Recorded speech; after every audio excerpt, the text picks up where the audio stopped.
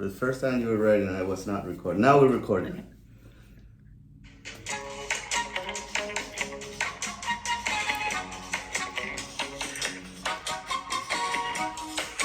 Kind of like this music a lot. Welcome, Allison. Hi, Carlos. Episode numero 26. Yes. You know what that is? We're 26. 26. Yes. At half an hour per episode, that's 13 hours of podcast so far. That's a lot. Well, you know, if you're one day home, nothing to do, you can watch us for 13 straight up hours. You can binge on 30 minutes. Binge on 30 minutes sounds out. It's funny you say that because I was thinking about it this morning. I was walking and, thinking about what I had for the day. And in my mind, it was the 25th episode. So I was like, okay, we're a fourth of the way to our goal because we said we would do 100. That's your goal. My goal is 1,000. Well, we said we would do 100 because that's like the benchmark. Like you have to put out that many, right? So after 100, we can say it fails, or we can keep going, we just can't stand each other anymore. I don't know. But anyway, I was like, if we put out 100 episodes, that's 2 years worth of episodes, essentially. I mean, well, it's gonna be a little bit more because you have to take into account the weeks that you're in the beach, the weeks that you're in the mountains, the weeks that you are... the weeks that you disappear and won't tell anybody where you are. Talking about disappearing, I will disappear next week. I heard you were actually, that's all you would tell me, though. I'm going to be gone. Where are you going to be? No, you're talking about me? Oh, okay. Yes. Talking about us, we don't have a guest this episode because we decided to answer a bunch of the questions that our listeners have been asking. Correct. And we actually wrote it down. We're getting professional, Real professional, yeah. We're getting scripts. This is not a script. This is you said it was talking points. Talking points, yeah. So maybe we're not getting professional. Maybe we're just getting old that we can't remember the questions they ask. Listen, it goes hand to hand. You know, the older you get, the more experience you have, the more professional you become. That's the theory, right? Theoretically. Isn't there something that says you have to do something for 10 years to call yourself an expert? No. You haven't heard that? No, I haven't. Oh, yeah. It's a very popular saying. So we've been doing this for 10 years. We're experts. We really are. Combined 20 years. If you combine our years experience. Then after that, combined 20 years? Yeah. But I thought you were saying we're what like happens OGs now. Yeah, after 20 years, and you start counting back and how many years to retire. Talking about retirement too. I don't think real estate agents retired; they just quit. That was that was the thing that I was actually talking about over the weekend with a friend about retirement. What is retirement? People seems like aiming for that retirement. Oh, I just can't wait till I can retire and everything. And you talk to retired people, and they're happy with their life. Sorry, go ahead. No. Finish your story. I feel like the idea of retirement is evolving now. 20 years ago, I feel like the majority of people had these set 9-to-5 salary type jobs where they had to show up every day at a certain time, work a certain amount of hours, and they were just working towards the day that they could retire. And then trust in their 401k accounts and Social Security. Correct? Yes. That's how my parents were essentially. But I feel like our generation is changing that, where we have a lot more, entrepreneurs, business owners, people who have diversified, what they're doing for income so that, you're not necessarily looking for that golden day that you'll never work again, but you may change the way that work-life balance looks. And I think that also the more information that is out, for example, people are starting to questioning that 401k format. Is that really the best use of your resources to secure a better retirement? What happens when you are in that retirement age and you're burning all that money that is in your 401k? What happens if you keep living after your 401k is supposed to hold you through? And I'm not a financial expert. I know pretty much the basics on what it is, but I really believe in real estate. I really believe that real estate can get you that retirement And again, you will never retire, because even if you own real estate properties and you rent them out, you still are a landlord. So it's not that fully responsible, fully free of responsibilities. It's funny you say that about the 401k running out, surviving it. I remember my grandmother, she was always just super healthy and active, and I would encourage her to do things. I'd say, you have the money, go enjoy it. And she'd say, but the problem is I don't know when I'm gonna die. Correct. She was afraid of outliving her means. And that's a scary thing. And that's what you and I had a conversation a couple weeks ago with my husband about, diversifying and not putting, all of our investments into one area, and how to have multiple streams of income. Yeah, and that's very important. I think real estate is the one recession-proof stream of income. It is because people will always need a place to live. If you set yourself in a position that you can afford to invest, because that's another thing, you really do need money to put in, and that's one of the questions that I believe that we have. But you really need money, you really need cash to put into real estate. You cannot just go ahead and buy a second house or an investment property with zero cash. You still have to have something that is disposable, that you don't really need to pay your immediate bills. Yeah.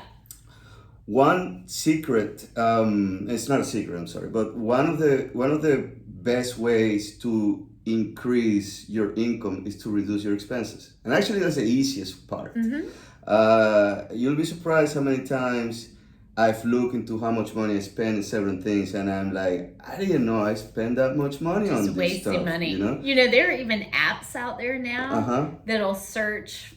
I guess, I don't know how they do it. I've never downloaded one, but I guess you can connect it to like your bank account and I don't trust those things. I don't trust it, but what it's doing is it's essentially doing a fiscal audit for you to see where you're just. A lot of people, sign up for, let's say, an app that's $5 a month, and then they forget it, and 3 years later they're still paying for this app for $5 a month that they're just throwing away. Yeah, that is correct, and there's so many things, there's so many ways that it only takes a little bit of discipline, we have to do it because we have to report everything, all our expenses, we don't have a W-2, we have to gather all our receipts and take a quarterly numbers, so you can actually see, wait a second, I spent too much money on restaurants last quarter, or I spent too much money on whatever, that I think I don't need. Now with all the streamings, you initially when we don't have cable in our house. Yeah. So at the beginning was just saving money. You're saving a ton of money, but then now it seems like every single channel requires an independent subscription.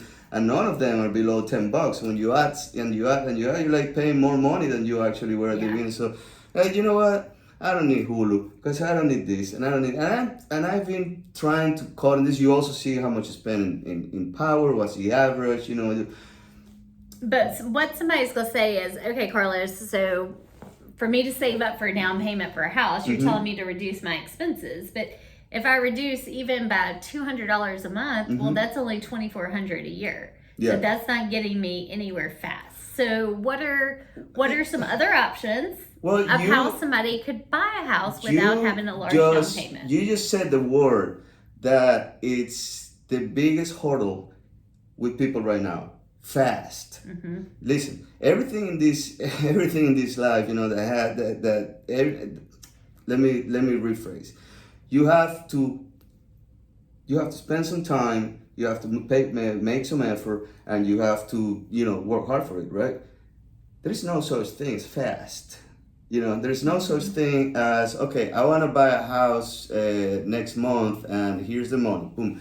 It requires planning. It requires discipline, So if your goal is to own a secondary house, and your bank account right now, because on the secondary house, on an investment property, most of the loans you're gonna get require 20% down, right?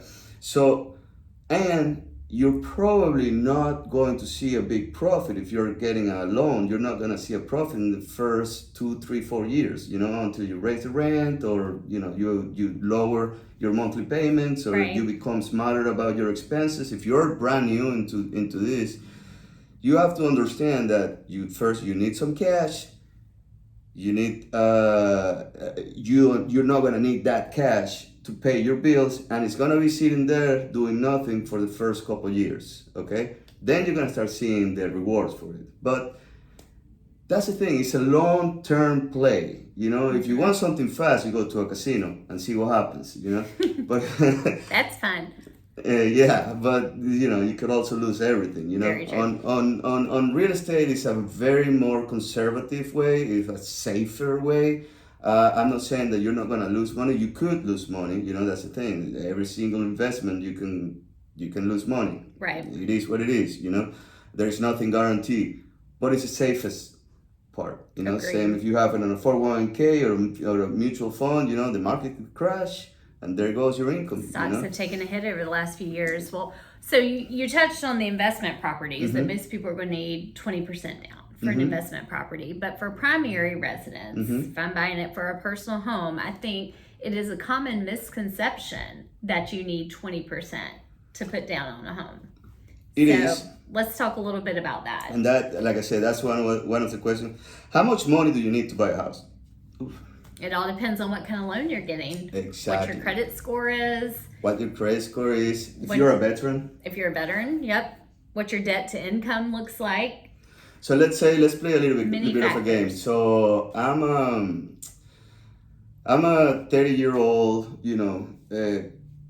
employee. I've been working on my company for the last 5 years. I've been renting, and I realize, I'm in a position right now that I want to start looking into buying a house. You come into our office and you say, hey, I want to buy a house. This is how much money I have. How much money do you think that person will need right off the bat? Well, the first thing I'm going to do is send them to a lender, because I'm not a lender. Okay. And there are more programs coming out there now for first-time home buyers. Okay. There's grant money that a lot of people don't know about that you can get. For down payments, there are different types of loans. There's conventional with only 3% down. There's FHA with 3.5% down. Some veteran VA loans, depending on. They got 0% down. So, got 0% down. So there are a lot of options, and that's why I always tell people, don't just assume that you can't buy a house. Let somebody who knows what they're doing take a look at what you're working with. But somebody wants to say, listen, cut the crap. How much money do I really need to start a house? What will be a number? $1. No, I've been thinking hard on that question, and I think that a good solid number, because it's not just the loan itself. You also have the moving. You also have to buy furniture. There might be some repairs that you need to do. I would say that $10,000 it's a good number in there to start exploring options. So if you're renting right now, you're not looking for $1 million house. You're looking for an entry level home, in a safe neighborhood. Yep. You probably will be looking at between $10,000 and $15,000 in your bank account. I think that's a good number. In order to take that first step. Anything below, it's doable. Like you said, there are grants, there are programs, there are everything. But grants are not free anyway. You're still gonna pay for that money on the back end. You are. And a lot of them are not forgivable. Yeah. So. And the more money you put down, the better the terms on the loan. That's simple. Listen, lenders, they're not in this industry to lose money. It's not a charity. It's not a charity. They're in this industry to make money. And, it makes a lot of sense. Imagine if you have $400,000 in your bank account and somebody comes in here, hey, I want to take your money so I can buy me a house. But I don't want you to make a profit. Yeah. Okay, goodbye. Moving on. Moving on. So, yeah, we got to understand that they're going to make money. So, grants and all those helps are fine to get you started, but you have to understand that you're going to pay for that. Yeah. The best advice I can give to people, again, is first look at your expenses, look at what you spend, where can you cut? Just like Mr. Miyagi in Karate Kid, the bonsai trees. Yes. You start trimming here a little bit and a little bit and a little bit here, a little bit there, it all adds up. And then it all adds up. So, you know, piggybacking on you're renting, saving up to buy, another question that we're getting is, well, interest rates are at a 21-year high. Why would I not just keep renting instead of buying at this time? That's a very good question. And the answer is, it's very simple. Do not ever try to time the market. So all you gotta do is whenever you're ready, whenever your situation is, okay, I got, again, let's put $10,000 as a number. Actually, let's go to middle. Let's go to $12,000. I have $12,000 in the bank. I got a decent credit. That's important too. You know, don't forget the credit. I got a decent credit. I'm willing to buy because I like the area when I'm not planning to move in the next 5 years, or at least it's not in the horizon. I think that's prime for you to pull the trigger. Interest rates, listen, if you're waiting for the interest rate to come down, you might be waiting for the next 5 years because nobody knows what's going to happen. And maybe right now at what, 8% in the average for people? They're high. And, you know, I think... They're still lower than 20 years ago. No, they're at a 20-year high. 30 years ago.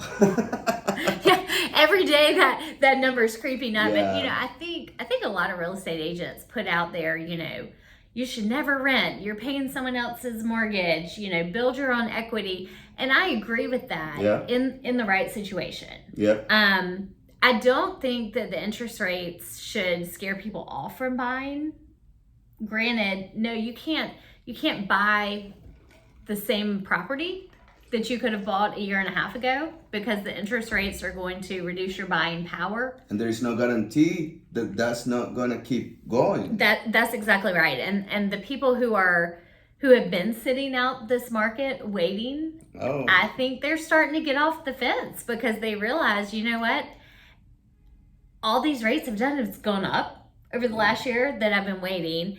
And also what we know is going to happen, at least I feel like, again, I don't have a crystal ball, but in our market, as the rates have gone up, our buyer pool has gone down. Correct. But the price of homes has not reduced. And I truly believe if we saw even a 1% drop in rates tomorrow, as that goes down, our buyer pool is going to come up, and that's going to put us into another buying frenzy. And that was the goal of raising the rates, among other things, you know, because it's a lot more complex than just like you pull one string and the other one goes up, you know.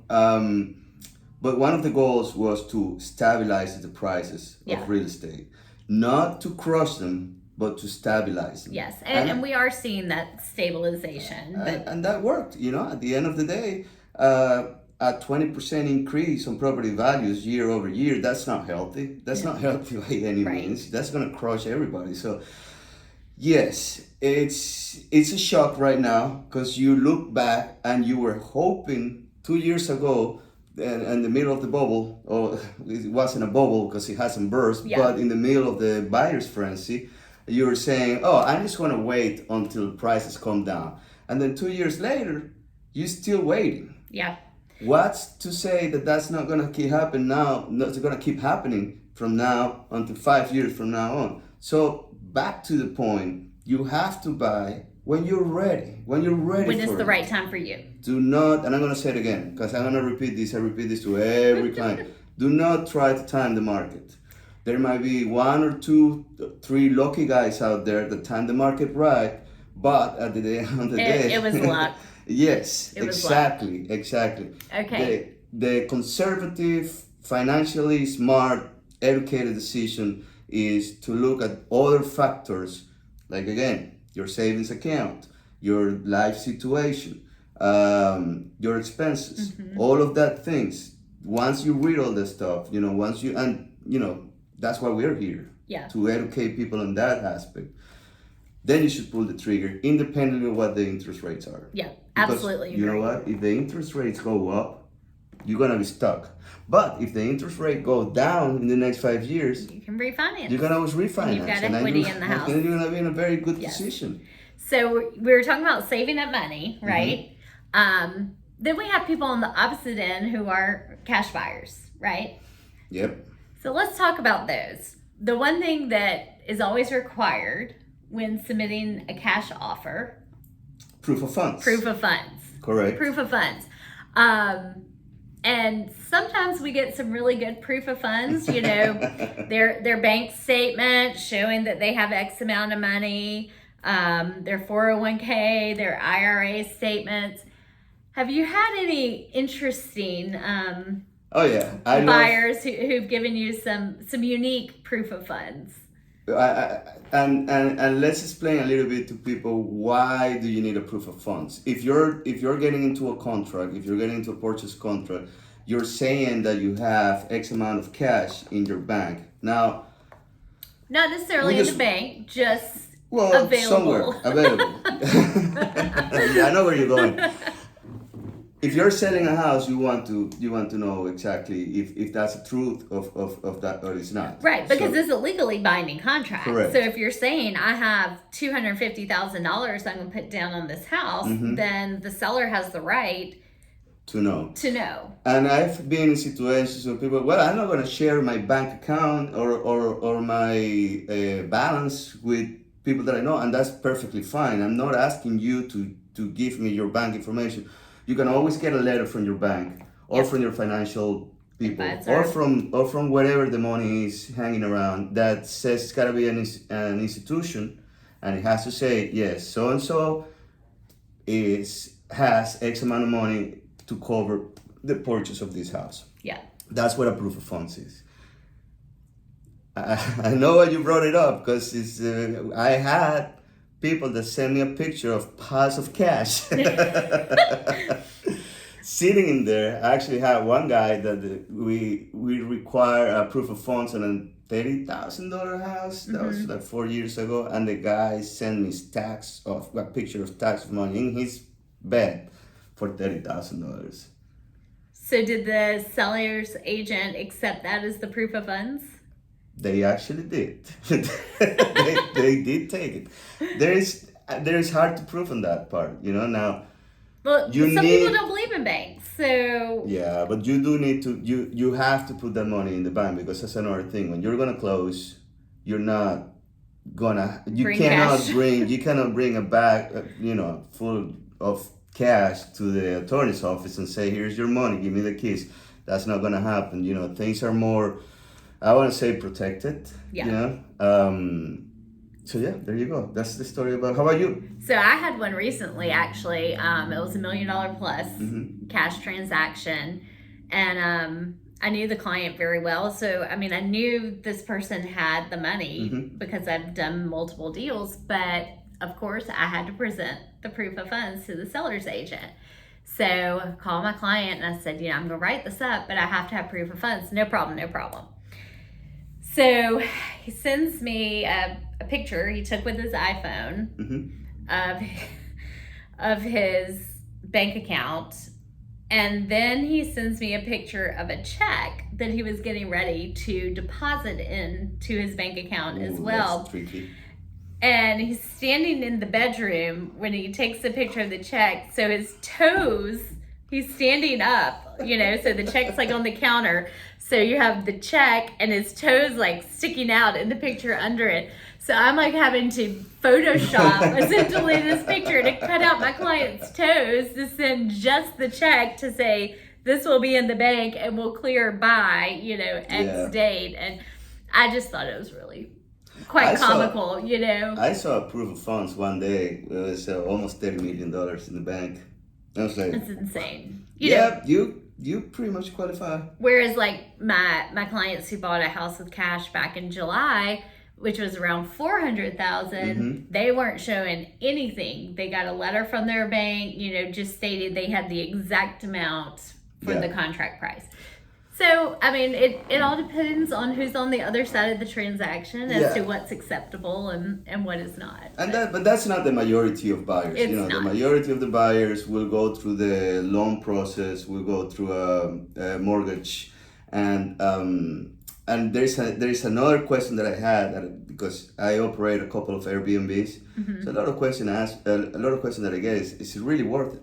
Yeah. Is it really worth it? Is it really worth the effort? Because, if you have a long-term rental, you sign a contract and you might not even hear from the tenant in 6 months. Kind of rent it and forget it. You get to a point when, if you have your maintenance people, you have your setup ready, it's pretty easy, right? Now on an Airbnb, on a short-term rental, you have to be on top of it every single time. There is people coming in and out your property. Sometimes they spend 2 nights, sometimes they spend 3 nights. You got to check in, you got to clean. It's more, turnover. It's more. And after 3 years looking at the numbers, I can say that that property is probably making around 15% more in net profit than if I were to rent it in a long term. Okay.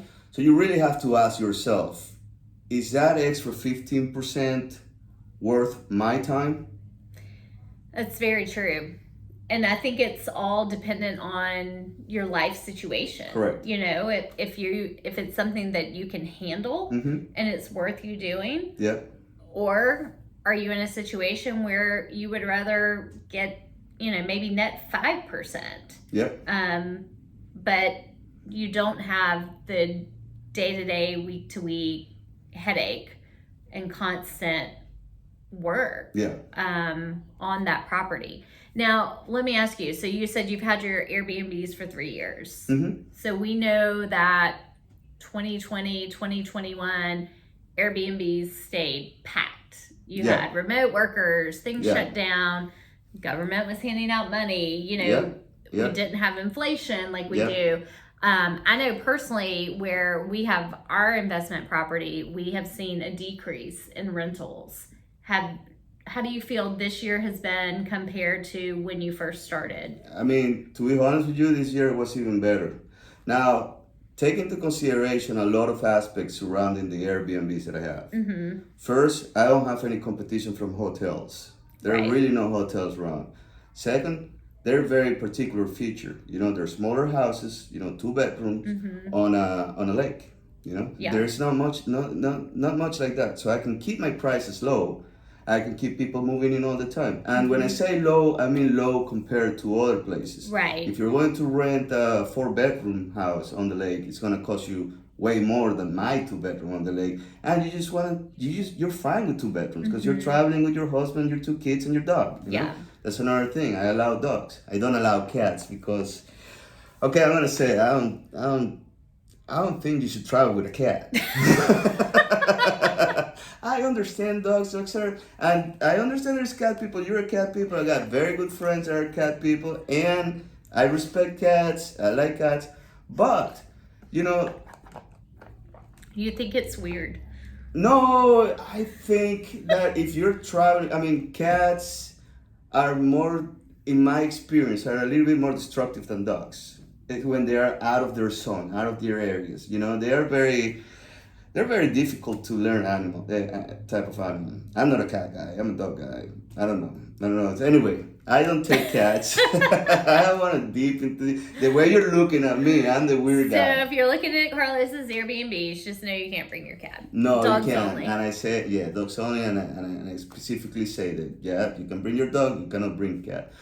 But going back to your question, I think that these properties offer a very unique and very solid option for people that are traveling, And I think maybe that's something people need to look into if they are considering getting into Airbnbs, is absolutely. That you're not going and purchasing something, especially with where we are right now in the economy, that is being offered by multiple people, but try and find something that is more unique that you can offer that is going to appeal to people. Again, you said especially where we are in the economy, again, you are timing the market. Forget about what the economy is doing. No. This is what this is the thing about the long-term investment. I'm not timing the market. But if I'm looking for a return on my investment right now, then I do need to look at what is going to be my best option. I'm not saying I'm not going to buy. I'm saying considering what would be best to buy at this time. Okay, I hear you. Does that make sense?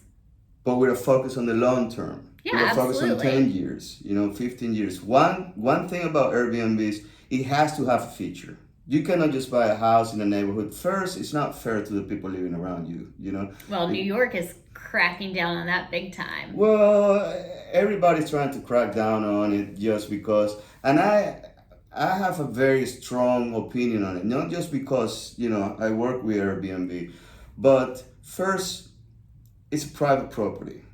I really don't want anybody to tell me what can I do or what can I do with my private property. Mm-hmm. Now, I understand we live in rules and we live in a society and we have to, if I'm not bothering you, why are you bothering me? Now, the main reason why people are cracking out is because of the wild parties and the people destructive and the people. That's what I was about to say. A lot of these where they're cracking down too, I believe, are in condos or apartment buildings where you're maintained by an HOA. You're sharing Correct. Walls with people. I agree. To me, it's very different. But we have talked and. Oh. Yes. That's 30 minutes. Damn. We have barely touched on the questions that we had. And you didn't do your monologue. Your monologue. Yeah. You promised last episode that you I know, but we ran out of time. So. Dude, this 31 minutes. 31 minutes down south today. Oh, man, maybe we should. There's so many things I want to talk about. Well, we'll revisit this in a couple weeks. How about I that? guess. All so right. Send us any more questions you have. We might have created some questions from our dialogue today, but yeah, I really wanted fun. to see that monologue. Sorry. Okay, promise you're gonna have it for the next time, please. For the second Promise. promise. This time it's a real promise, not like a fake promise in the last episode. Promise I will look for it. We want to hear that. All right, guys. Thank you so much. Bye. See you next time.